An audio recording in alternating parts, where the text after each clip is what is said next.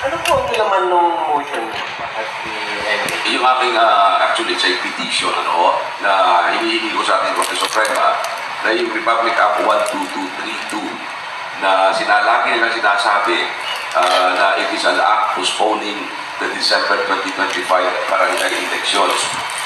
Nakakapagtara, sino pagin kayo man at saka kayong mga taga-media, lahat ng mga reports ninyo nakalagay, the President signed the bill postponing the December 2025 barangay and SK elections. Yan ang mga usual na title ng inyong mga news item. Pero, basahin ninyo yung batas na pinirmahan ng Pangulo. Wala kayong makikita ng batas na ay bill or law postponing the December 2025 elections. Wala ko kayong makikita ng ganung uri ng batas. Kaya nagtataka po saan kinukuha ng Office of the President, maging ng PIO, the Presidential Information Office, kanilang press release. The President signed the bill postponing the December 2025 barangay and SK elections. Kaya sabi ko sa Korte Suprema, wala po namang ganung batas. Where is that law? Ang ipinasang batas ay an act setting the term of office of the barangay and sangguniang kabataan elections. Yun ang ginawa nilang title. Wala kang makikitang word postponement. Kahit isang word, basahin niyo, batas na wala kayong makikitang not a single word na may postponement. Kaya, nasaan ka mo yun? Kaya sabi ko sa Korte Suprema, the fact na this word does not exist doon sa batas, it is a clear deceptive law. Ito ay isang batas na may halong panlitin lang. Liling lang tayo, at maging ang Pangulo, maaaring nalilang din siya ng mga mababatas o ng kanyang mga legal advisors, hindi siya nakikyan ng sapat na kaalaman na yung batas, hindi naman pati ang Pangulong Marcos nung pinirmahan niya this is a law postponing the barangay elections. Pero wala namang ganun. It is a law setting the term of office of the barangay officials. Ngayon, ang sabi ko sa Korte Suprema, bakit ginawa nila yan? Bakit hindi nila ginagamit yung word postponement? Kasi iniiwasan nila yung word postponement dahil sa alam nila mainit ang mata ng Korte Suprema doon sa postponement of barangay elections. Because in the last case that I filed noong 2023, Bakalintal versus Comelec, the Supreme Court was very emphatic and said that Congress has no power to postpone the election. Walang kapangyarihan ng Kongreso na mag-postpone ng halalan. Maliban na lamang kung merong napakabigat na dahilan. A very, very strong and compelling reason to postpone the election.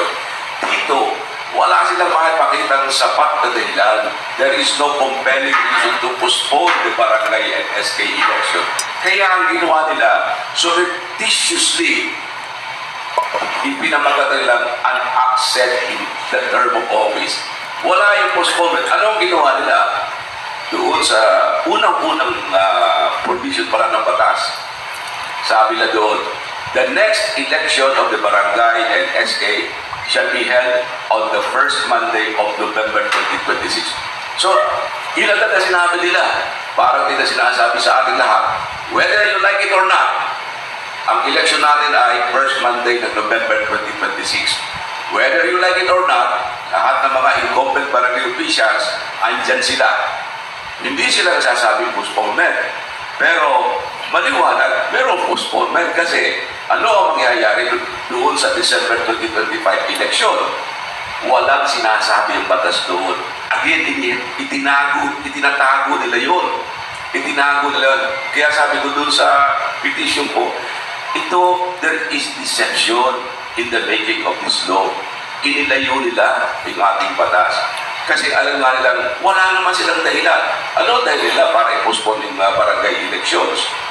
Kaya sabi ko, talagang hindi po pwede natin magpapospone yan kasi yan ay nakalagay na sa batas na dapat magkaroon tayo ng election December 2025. And once the the term of office is fixed, hindi mo pwedeng baguhin yan.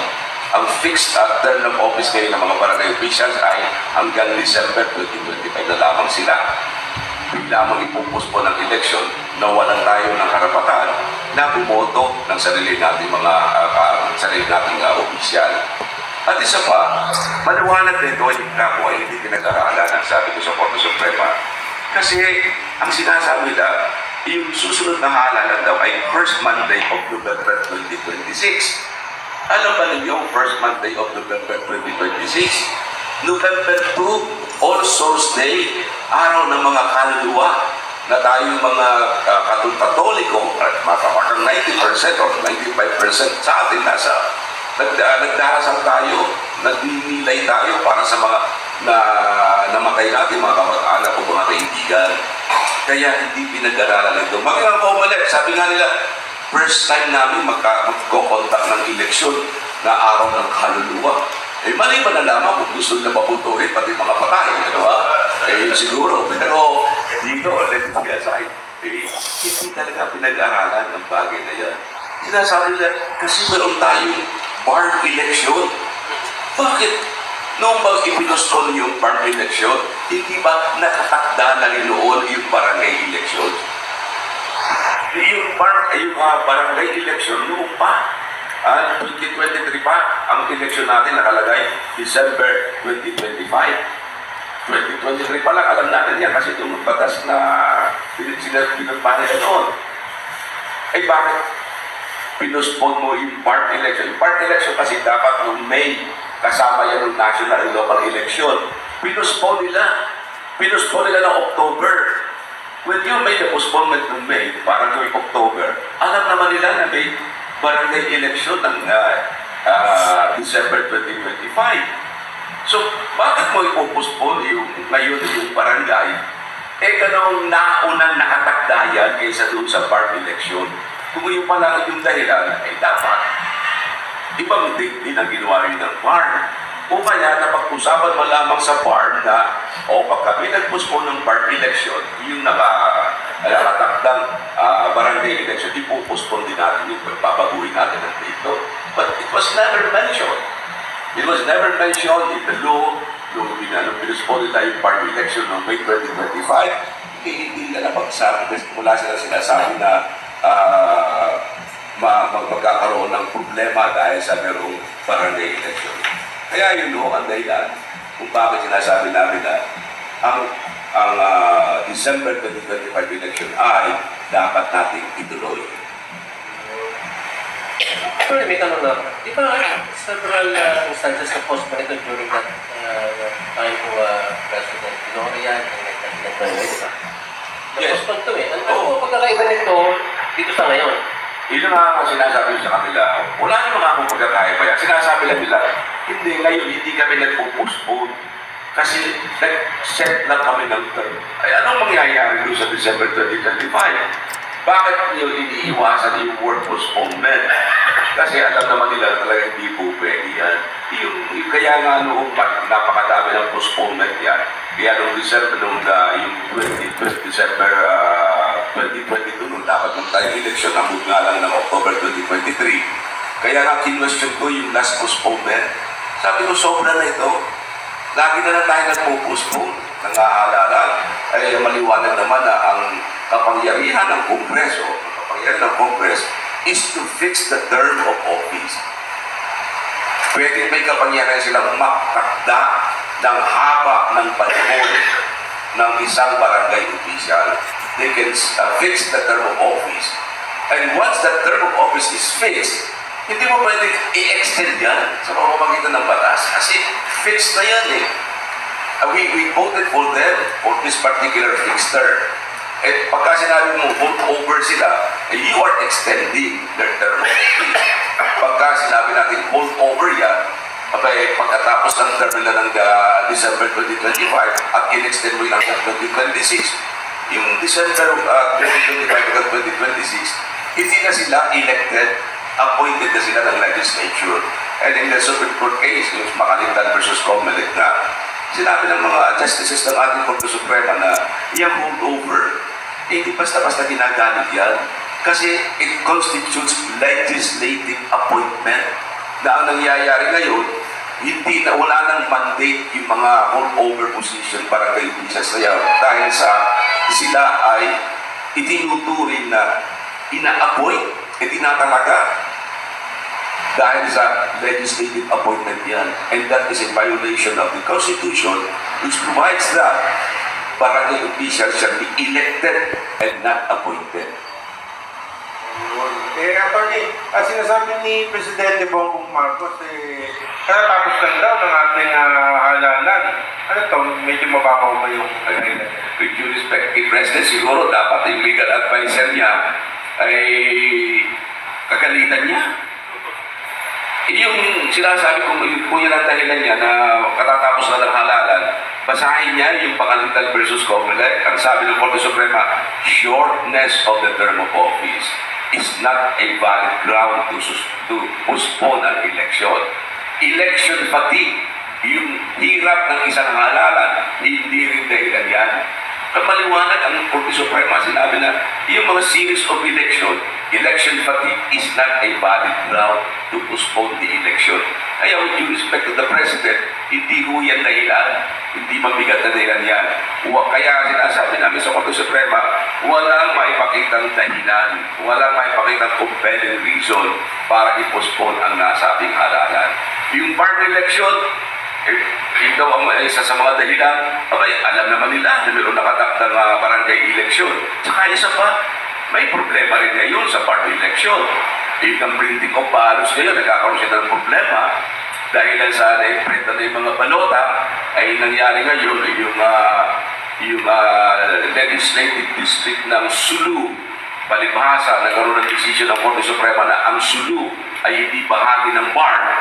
Yung 7 legislative districts ng nakalaan para sa province of Sulu, i-distribute ngayon sa 5 probinsya na sakop ng BARN. Ay na-imprint na yung original na mga positions dun sa BARN, dun sa 5, kaya mababago yun. Kasi i-distribute yun yung 7 na yun doon sa 5 probinsya. And one thing more, yung mga names ng kandidato ay nandoon at saka meron pa rin filing of certificate of candidacy dahil sa nadagdagan ang posisyon na kung saan yun ang dapat magkaroon ng election. At saka isa pa, meron pa rin nakapitin na petition sa Korte Suprema, kinupastyon na yun, yung barb election na yan. Paano kung biglang sabihin na postpone muna natin ang barb election dahil ay sa meron din problema sa Korte Suprema? So, nangyari pinuspon mo yung barb, pinuspon mo na rin yung barangay election, nawala tayo ng 2 eleksyon sa panahon ito. Attorney, nitong Biyernes lang, nagtungo ang Liga ng mga Barangay sa Pilipinas. Si dating DOJ Secretary Attorney Agra, kung saan umu-oppose sa inyong petition sa Supreme Court. Sinasabi nila yung sa extension ng yung kanilang term of office ng mga barangay officials, bitin daw na talagang tama na hanggang parang next year. Sa aking palagay, without preempting ang sinuman with due respect to Atty. Agra, hindi yun valid reason. At saka isa pa, yung mga liga ng mga barangay officials, yung incumbent na nagsasabi na mababawasan daw sila ng 1 taon, hindi ho reason yan. Kung yan ay dahilan ninyo, bakit kayo tumakbo noong October 2023? Ganong alam ninyo na 2 taon lamang ang ipagsisilbi ninyo. Bakit hindi ninyo kinwestiyon yung term of office na yan? Bakit nag-file kayo ng certificate of candidacy? You're already stopped from a claim na mababawasan ang inyong term of office. Kasi nung kayo tumakbo, ang inyong tinakbuhan at ang pagkakaalam ng mga bumoto sa inyo, 2 taon lamang kayo magsiservisyo. At dahil sa nang bumoto kami, alam namin 2 taon lamang kayo magsiservisyo, hindi namin kayo binigyan ng karapatan ng magservisyo ng 2 taon, ng sosobra sa 2 taon. Sa kaso na yan, may isang kaso na yan, yung David versus Roman in 1997 o 1998 yan. Sabi ng Korte Suprema, Yung mga barangay officials na yan, na sinasabing kulang ang term of office, ay stop na sila. Hindi na nila pwedeng questionin yung batas na kung saan sila tumakbo. Because if they really have problems with that particular term of office, dapat sila mismo ay naghain, di nagreklamo. The fact na naghain kayo ng certificate of candidacy, inaamin nyo noon, tinagat nyo na 2 taon lamang ang inyong magiging panunungkulan. May point ka talaga dyan. 2 taon lang. Tsaka isa pa, meron din nag-file kayo yung mga youth, yung mga kabataan natin in support of my petition. Yan ay sinampa ng ilang mga kabataan natin na sinasabi nila, pag pinuspon yung halalang ito, kami na magiging 24 sa 24 years old sa November, tinatanggalan nyo kami ngayon ng karapatang maging kandidato. Kasi sila ngayon qualified sila. Pero pagka ginawa mo ang election sa November 2026, hindi na sila papasok kasi dahil pa sila sa 24 years old. Kaya sabi nila, pag pinuspon niyo ito, kami mga 23 years old kami, o 24, na qualified kami ngayon, tinatanggalan niyo kami ng karapatan na makapaglingkod din sa as SK officials kapag kaya ay ginawa niyo sa November 2026. Which is a very, very good point. Ano ha? Na sila man ay mapagkakaitan din ng kanilang karapatan. Kasi nung bumoto rin sila, nung nakaraang halalan ng SK, ang pagkakaintindi nila magkakaroon ng halalan ng December 2025. Kaya pinalak nila na itong December 2025, sila ay tatakbo. Ngunit kung pipigilan sila, sa next year, nagpasa sila ng taon. Kaya pag napuspon ito, tinanggalan din natin sila ng kanilang right of suffrage to be voted for the said position. Alright, napakainit talaga ng usapin pagdating sa PSK election. Dumako rin naman tayo sa pang napakainit na issue ngayon.